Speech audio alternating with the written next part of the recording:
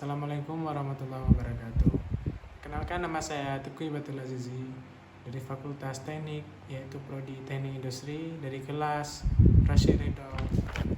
Ingin menjelaskan sebuah materi, yaitu tentang discussion making. Discussion making adalah pengambilan keputusan. Nah, apa itu pengambilan keputusan? Pengambilan keputusan adalah setiap konflik yang akan membuat individu atau suatu kelompok mengambil suatu keputusan untuk menyelesaikan suatu konflik. Nah, pengambilan keputusan juga dapat dibilang sebagai hasil pemecahan masalah. Dan pengambilan keputusan harus didasari oleh atas logika, pertimbangan, dan penetapan alternatif yang terbaik. Dasar-dasar dalam mengambil keputusan adalah intuisi, rasional, fakta, pengalaman, dan wewenang. Pengambilan keputusan sebagai kelanjutan untuk pemecahan masalah memiliki fungsi-fungsi, yaitu sebagai pangkal atau permulaan dari cara kita mengambil keputusan dalam berkelompok. Karena itu,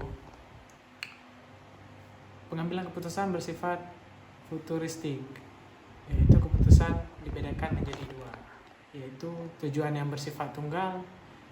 Apa itu yang bersifat tunggal? Bersifat tunggal adalah tujuan yang terjadi apabila keputusan yang dihasilkan hanya menyepakati suatu masalah.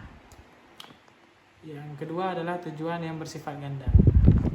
Tujuan bersifat ganda sama juga definisinya seperti tujuan yang bersifat tunggal, namun menyepakati berbagai masalah atau dua masalah.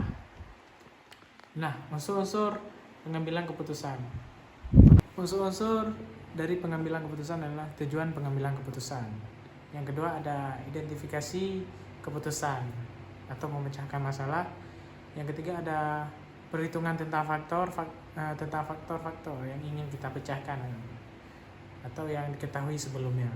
Yang ketiga adalah sarana dan perlengkapan untuk mengevaluasi pemecahan masalah. Kemudian dasar-dasar dari pertimbangan pengambilan keputusan. Ada berdasarkan intuisi, berdasarkan rasional, ada berdasarkan fakta, berdasarkan pengalaman, dan juga berdasarkan wewenang. Faktor-faktor yang mempengaruhi pengambilan keputusan. Yang pertama ada jenis masalah. Misalnya itu masalah pribadi atau masalah organisasi, atau masalahnya itu jangka panjang atau jangka pendek. Yang kedua ada waktu, ketiga ada informasi, yang keempat ada kemampuan pengambilan keputusan, yang kelima ada keadaan internal dan eksternal dalam suatu organisasi. Gaya-gaya pengambilan keputusan, pertama ada analitik, kemudian ada deduktif, ada konseptual, dan juga perilaku. Nah, unsur-unsur pengambilan keputusan atau unsur pokoknya yaitu merumuskan masalah, pengambilan informasi yang relevan atau yang benar, mencari alternatif tindakan, analisis alternatif, memiliki alternatif terbaik, kemudian melakukan tindakan, kemudian melaksanakan keputusan dan evaluasi hasil.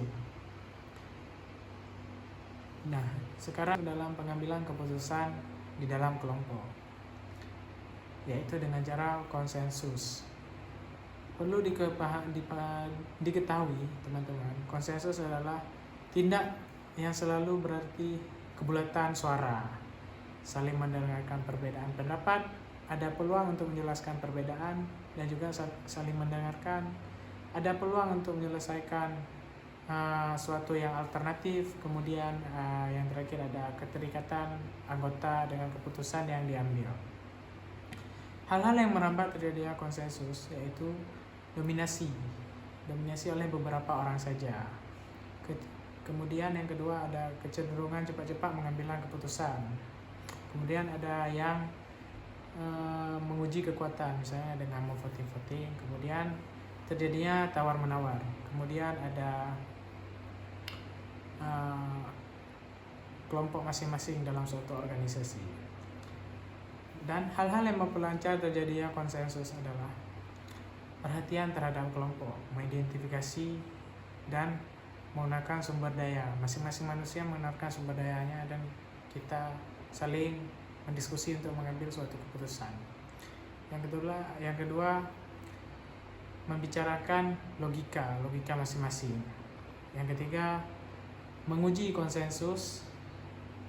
Yang keempat orientasi pada proses. Nah, demikian materi dari pengambilan keputusan.